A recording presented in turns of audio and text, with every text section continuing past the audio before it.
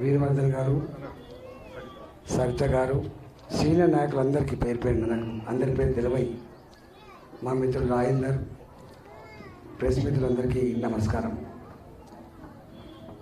మళ్ళీ ఎన్నికలు రాబోతున్నాయి.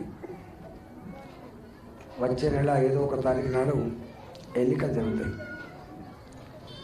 మొన్న జరిగిన ఎన్నికలేమో ఇక్కడ ఎమ్మెల్యే, ఇక్కడ గవర్నమెంట్ ఎవరు ఉండాలనే ఎన్నికలు.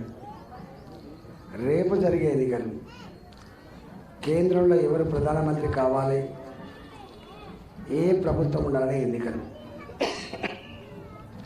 ఊళ్ళల్లో అయితే పాపం వాళ్ళు పత్తేరపోయిన కాడ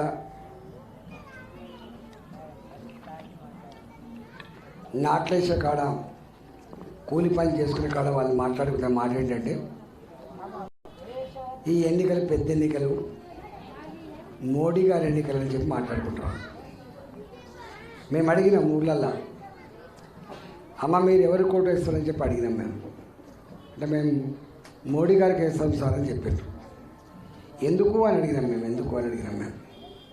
అడిగితే వాళ్ళ మాట ఏంటంటే, ఏ ప్రభుత్వం ఏ నాయకుడు కూడా మా మహిళల గురించి ఆలోచించలేదు. పట్టణాల్లో అయితేనేమో టాయిలెట్స్ ప్రాబ్లం ఉండదు, కానీ పల్లెటూళ్ళలో మాత్రం టాయిలెట్స్ ప్రాబ్లం ఉంటుంది. ఇవాళ చెంబులు పట్టుకొని మహిళలు బయటికి పోవడం చాలా ఇన్సల్ట్గా ఉంది. మొట్టమొదటిసారిగా ఈ దేశంలో ఆ మహిళల ఆత్మగౌరవం దెబ్బతినదని చెప్పి ప్రతి ఇంటికి టాయిలెట్స్ కట్టించి మహిళల ఆత్మగౌరవం కాపాడిన బిడ్డ మోడీ. అంతేకాదు, ఇవాళ మనం చూస్తాం, మొక్కజొన్న కంకులు అమ్ముకుంటే కూడా నీ దగ్గర పైసలు లేకపోతే కార్డు ఉంటే చాలు, కొట్టి తీసుకోవచ్చు. కూరగాయలు అమ్ముకుంటామే, కంకులు అమ్ముకుంటామే, చిన్న బిజినెస్ చేసేవాళ్ళు కూడా ఇలా డిజిటల్ ట్రాన్సాక్షన్ అని పైసలు లేకుండా వ్యాపారం చేస్తున్నారు. ఇలా ఎక్కడ లేకుండా. ఇంతకుముందు కూరగాయలు పోతే నీ 500 రూపాయలు నీ దగ్గర పెట్టుకో, చిల్లరుంటే తీసుకో, టమాటా పైసలు అంటుండే. కానీ మొత్తం 50 కోట్ల మంది గుడిసెల్లో ఉన్న వాళ్ళకు కూడా అకౌంట్లు ఓపెన్ చేయించి డిజిటల్ ట్రాన్సాక్షన్లో చిల్లర అనే పద్ధతి లేకుండా ఇలా ట్రాన్సాక్షన్ జరిపినటువంటి వ్యక్తి నరేంద్ర మోడీ గారు. అవునా కాదా? అందరి బ్యాంకులు వచ్చింది. సరే, కొంతమందికి లాభం రావచ్చు, కొంతమందికి రాకపోవచ్చు. ఇలా జన్ధన్ అకౌంట్లు ఉన్నాయి. ఇవాళ బ్యాంకులలో 10 లక్షల వరకు గ్యారంటీ లేకుండా రుణాలు ఇచ్చేటువంటి తీసుకొచ్చి పెట్టిండు. కానీ ఇక్కడ బ్యాంకులను సదాయించవచ్చు, మీకు కొంతమంది తీసుకొచ్చుకోవచ్చు. కానీ పేదవాళ్ళు వాళ్ళ కాళ్ళ మీద నిలబడడానికి బ్యాంకులో రుణాలు ఇప్పించి ఆదుకున్న వ్యక్తి కూడా మోడీ గారే.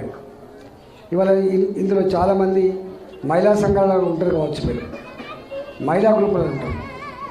మహిళా గ్రూపులలో ఉండే మహిళలకు వడ్డీ లేని రుణాలు మీకైతే వచ్చేదో, రాష్ట్ర ప్రభుత్వ పరంగా వచ్చే పైసలు వస్తలేవు, వడ్డీ పైసలు. కానీ కేంద్ర ప్రభుత్వం మోడీ గారు ఇచ్చే పైసలు మాత్రం ప్రతి 3 నెలలకు ఒకసారి టెన్షన్ మన అకౌంట్లో పడుతున్నాయి. ఇవాళ ఈ రాష్ట్ర ప్రభుత్వం మహిళలకు మరి మీకు సంఘాలు ఉండొచ్చు, మీకు కూడా మీ సంఘాల ఆర్పీలు ఉండొచ్చు. ఇవాళ 4,500 కోట్ల రూపాయలు ఈ రాష్ట్ర ప్రభుత్వం నా ఆడబిడ్డలకు బాకీ పడ్డది. అన్నిటికంటే ఇంపార్టెంట్, మీరు ఇక్కడ రాగానే అంటున్నారు, అన్న అన్ని గుడిసెలలో ఉంటాం. 50 ఏళ్ళుగా 60 ఏళ్ళుగా మన ఊళ్ళల్లో ఉపాధి లేకపోతే పొట్ట చేత పట్టుకొని వచ్చిన వాళ్ళు కావచ్చు, లేదా ఇక్కడనే పుట్టి పెరిగిన వాళ్ళు కావచ్చు. పేదలు 50 ఏళ్ళైనా 60 ఏళ్ళైనా సొంత ఇంటికి నోచుకోలేకపోయినాం. మేము గదే గుడిసెలలో, గదే ప్లాస్టిక్ షీట్ల కింద మేము పడుకుంటాం. మా పిల్లలు ఇలా చదువుకుంటాను, వాళ్ళు మంచి కాలేజ్ చదువుకుంటాను. వాళ్ళ దోస్తులు మా ఇళ్ళలో రావాలంటే సిగ్గుపడుతున్నారు సారు, ఇంకా మాకెన్నడూ ఇల్లు వస్తాయని చెప్పి మాట్లాడుతున్నారు. వాస్తవంగా చాలామంది తెలియదు, రాష్ట్ర ప్రభుత్వం ఆనాటి ముఖ్యమంత్రి కేసీఆర్, ఇవాళ నరేంద్ర మోడీ కేంద్రంలో పేదవాళ్లకు ఇల్లు కట్టించాలనేటువంటి సంకల్పంతో ఇవాళ పట్టణాలల్లో 2,33,000 ఇల్లు ఇచ్చిండు మోడీ గారు. 2,33,000 ఇల్లు ఇచ్చిండు. కానీ ఈయన అన్నాడు, మాకెవ్వరి సపోర్ట్ అక్కర్లేదు, నేనే కట్టిస్తా, 7,50,000 రూపాయలతోటి కట్టించి డబుల్ బెడ్రూమ్ ఇస్తా అని చెప్పిండు. నీ పక్కకే ఉంటుంది సనత్నగర్ కాన్స్టిట్యున్సీ, దాన్ని ఐడిహెచ్ కాలనీ అంటారు. ఐడిహెచ్ కాలనీలో 100 క్వార్టర్లు కట్టి మిమ్మల్ని అందరినీ బస్సులకి తీసుకుపోయి ఆ ఇల్లు చూపించి, ఓ అంబేద్కర్ ప్రజలారా, కాలనీ ప్రజలారా, మీకు కూడా ఐడిహెచ్ కాలనీలాగా ఇల్లు కట్టిస్తామని చెప్పిన మన వాస్తవమా కదా? కట్టినా లేదు అక్కడ. అంటే 100 మందికి కట్టించి కోట్ల మంది ఓట్లు వేసుకొని పోయింది కేసీఆర్. కానీ మోడీ గారు ఇచ్చినా కూడా కట్టక, మోడీ గారు ఇచ్చినా కూడా ఇల్లు కట్టక ఇలా గుడిసెలలో మగ్గే పరిస్థితి వచ్చింది. నేను మీకు ఒక్కటే మాట ఇస్తున్నా, దేశం మొత్తంలో మోడీ గారు 4 కోట్ల పేదలకు ఇల్లు కట్టించిండు. ఆనాడు ఈ ప్రభుత్వం ఆ సాయం తీసుకోలేక ఆ ఇల్లు కట్టియక పేదల కళ్ళలో మట్టి కొట్టిండ్రు. మేమంటున్నాం, ఇవాళ మళ్ళీ నరేంద్ర మోడీ గారికి కనుక మీరు ఆశీర్వదిస్తే తప్పకుండా సొంత ఇంటి కళ నెరవేర్చే బాధ్యత మాదే. కానీ ఇక్కడున్న ప్రభుత్వాలు సంకుచితంగా వివరిస్తే చెప్పలేదు, కానీ అసలు డైరెక్ట్గా పేదోళ్ళకి ఇల్లు కట్టించే స్కీమ్ కూడా రాష్ట్ర ప్రభుత్వంతో సంబంధం లేకుండా కేంద్ర ప్రభుత్వం ఇల్లు కట్టించే స్కీమ్ కూడా ఆలోచించమని చెప్పి కోరుతున్నాం. అది కనుక వచ్చిందనుకో వీళ్ళకి దరఖాస్తు పెట్టి అక్కర్లేదు, దండం పెట్టి అక్కడ కూడా లేదు. నాలుగో మాట, ఇవాళ మీరందరూ ఒకప్పుడు హైదరాబాద్లో భయంగా బతికేది. మీరు భయంగా బయటికి పోతే ఎక్కడ బాంబుల పేలుతాయో, ఎక్కడ చచ్చిపోతామని భయం ఉండేది. ఇవాళ భయం ఉందా? 10 ఏళ్ల కాలంలో గోకుల్ చాటు దగ్గర పేలిన బాంబుల మూత లేదు ఇవాళ. రైల్వే స్టేషన్ దగ్గర బాంబులు పేలు లేదు ఇవాళ. సాయిబాబా గుళ్ళకాడ బాంబులు పేలు లేదు ఇవాళ. ఇవాళ ప్రతి మనిషి ప్రశాంతంగా బతికే పరిస్థితి వచ్చింది మోడీ గారి పాలనలో అని చెప్పి మనం చేస్తుంది. టెర్రరిస్టులు లేరు. మొన్న కరోనా వచ్చింది. కరోనా వస్తే బిక్కుమని బతికినాం మనం. వణికిపోయింది. మనమే కాదు, అమెరికా, లండన్, ఇరాన్, ఇరాక్ ఆ దేశాల్లో కూడా ఏడ్చింది. చాలామంది ఏమనుకున్నారంటే, సరే రోగం వస్తే ఈ మహేంద్ర హిల్స్ పెద్ద పెద్ద బంగ్లాల వాళ్ళు మంచిగానే ఉంటారు కావచ్చు, కానీ నా అంబేద్కర్ కాలనీలో ఉన్న ప్రజల పరిస్థితి ఏంది? వీళ్ళు కరోనా వస్తే బతుకురా సత్తరా భయంగా ఉండే. కానీ అదృష్టం కలిసి వచ్చింది.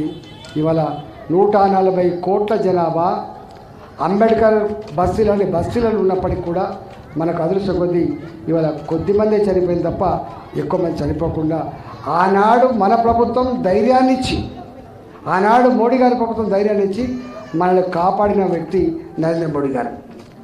ఉపాధి లేదు, ఇళ్ళల్లో బాసాల తోటలు కూడా రానియలే. అప్పుడు ఇళ్ళకు పనులు లేవు, కూలి పని లేదు. నా పేద ప్రజలు ఆకలితో ఉండొద్దని చెప్పి కేంద్ర ప్రభుత్వం మనిషికి ఒక 5 కిలోల బియ్యం చొప్పున ఇచ్చి ఇవాళ ఆదుకోవడమే కాదు, నాకు తెలిసి ఇవాళ మీరు తింటున్న బియ్యం రాష్ట్ర ప్రభుత్వం ఇస్తుందని చెప్పి అనుకుంటాను. కానీ మోడీ గారే కరోనా వల్ల అప్పుల ఊపిలో కూరుకుపోయిన పేదవాళ్లకు 2028 వరకు కూడా బియ్యం అని చెప్పి ఆ బియ్యం ఇస్తూ ఉన్నాడు నరేంద్ర మోడీ గారు. ఆనాడు మనకు 1,500, 2,000 అకౌంట్లో పడ్డాయి మనకు. నేను ఒక్కటే, మనం సికింద్రాబాద్ రైల్వే స్టేషన్ రైలు పోతూ ఉన్నాయి అయోధ్యకు. ఎప్పుడు కూలగొట్టబడ్డది అయోధ్య మందిరం? ఎప్పుడో 500 ఏళ్ళ క్రితం కూలగొట్టబడ్డ రామాలయం. దానికోసం దేశవ్యాప్తంగా ప్రజలు కట్టాలని చెప్పి అలటపడ్డారు. కొన్ని 100 మంది చనిపోయింది దానికోసం. ఆ గుడి నిర్మాణం కావాలని 100 మంది చనిపోయింది. కానీ మోడీ గారు 500 ఏళ్ళ తర్వాత అయోధ్యలో రామ మందిరాన్ని కట్టించి మళ్ళీ పేద ప్రజలకు ఇలా తన విశ్వాసాన్ని కాపాడిన వ్యక్తి మోడీ గారి వారు. ఇంకా అనేక విషయాలు ఉన్నాయి. నేను మీకు అందరికీ ఒకటే మనవి చేస్తూ ఉన్నా, తప్పకుండా మోడీ గారు ఎక్కడికి పోయినా, ఊళ్ళలో పోయినా, పట్టణాల పోయినా, దేశం మంచిగా ఉండాలంటే, చల్లగా ఉండాలంటే, ఆపదలో ఆదుకోవాలంటే, పేదోళ్ళ కింద లాభం జరగాలంటే, బతుకులు బాగుపడాలంటే మోడీ గారినే ఎన్నుకోవాలని చెప్పి అంటా ఉన్నారు. కాబట్టి ఈసారి ఎన్నికల్లో మోడీ గారిని ఆశీర్వదించండి. మోడీ గారి పార్టీ తరఫున నేను ఇక్కడ పోటీ చేస్తున్నాను. నేను ఇంతకుముందు నేను కూడా ఇక్కడ తెలంగాణ ఉద్యమంలో ఎమ్మెల్యేగా ఉంటుంది. కరోనా వచ్చినప్పుడు నీ గాంధీ హాస్పిటల్ దగ్గర ఆ దవాఖానలో ఆర్థిక మంత్రిగా ఆరోగ్య మంత్రిగా ఉంటుంది కాబట్టి ఇవాళ నన్ను నిండు మనసుతో ఆశీర్వదించమని చెప్పి కోరుతూ సెలవు తీసుకున్నా. జై తెలంగాణ. మల్కాజ్గిరి పార్లమెంటు స్థానానికి భారతీయ జనతా పార్టీ అభ్యర్థిగా డిక్లేర్ అయిన తర్వాత గత 8-9 రోజులుగా గేటెడ్ కమ్యూనిటీ ఇళ్ళల్లో కానీ అపార్ట్మెంట్లలో కానీ బస్తీలలో తిరుగుతున్నప్పుడు ఒకటే మాట అంటున్నారు, సార్ ఈసారి మా ఓటు మోడీ గారికి.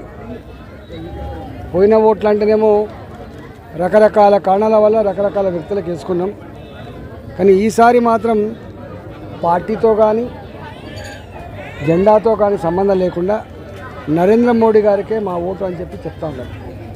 మేము అడిగినాం, రూరల్ ఏరియాలో అడిగినప్పుడు, బస్తీలలో అడిగినప్పుడు, ఇవాళ ఎడ్యుకేటెడ్ పీపుల్ అడిగినప్పుడు వాళ్ళు చెప్తున్న మాట ఏంటంటే మోడీ గారు వచ్చిన తర్వాతనే మా గౌరవం పెరిగింది, మోడీ గారు వచ్చిన తర్వాతనే ఈ దేశం అభివృద్ధి చెందుతూ ఉంది, మోడీ గారు వచ్చిన తర్వాతనే ఎన్నో సంవత్సరాలుగా మేము కోరుకుంటున్న మా రామాలయ మందిరం కట్టబడ్డది, మోడీ గారు వచ్చిన తర్వాతనే 370 ఆర్టికల్ రద్దు చేయబడ్డది, ఒకే దేశం ఒకే చట్టం అమలు చేయబడ్డది.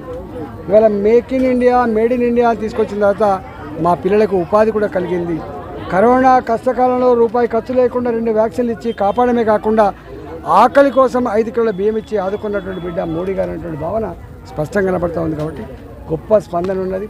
ఇవాళ కాంగ్రెస్ పార్టీలో ఉన్న నాయకులు కావచ్చు, బీఆర్ఎస్ పార్టీలో ఉన్న నాయకులు కావచ్చు, వాళ్ళ నాయకులే ఈసారి మాత్రం మేము మోడీ గారికే ఓటేస్తాం, ఈటలకే ఓటేస్తామనేటువంటి భావన వాళ్ళు వ్యక్తం చేస్తూ ఉన్నారు. ఏది ఎన్ని చెప్పినప్పటికి కూడా ఇవాళ బీఆర్ఎస్ పార్టీ నుంచి నిలబడడానికి అభ్యర్థి దొరుకుతలేడు, ఇవాళ కాంగ్రెస్ పార్టీ నుంచి కూడా అభ్యర్థి నిలబడడానికి దొరుకుతలేడు. ఇవాళ ఆ పరిస్థితి ఉన్నది.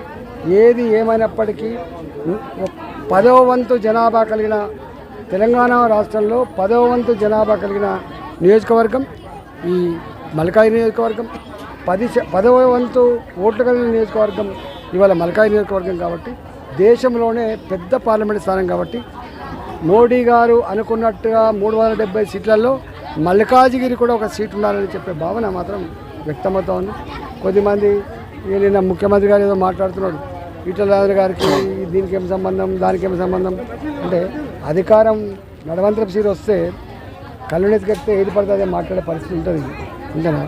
రేపు తెలుస్తుంది ఇచ్చిన హామీలు ఏంది, దాని అమలు ఏంది తర్వాత తెలుస్తుంది.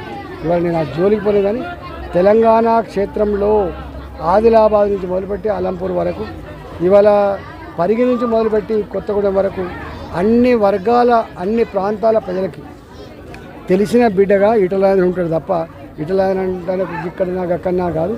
ఇవాళ తప్పకుండా ముమ్మాటికి మల్కాజిగిరి పార్లమెంటు స్థానంలో రాబోయే ఎన్నికల్లో గెలిచే పార్టీ భారతీయ జనతా పార్టీ, గెలిచే జెండా కాషాయ జెండా.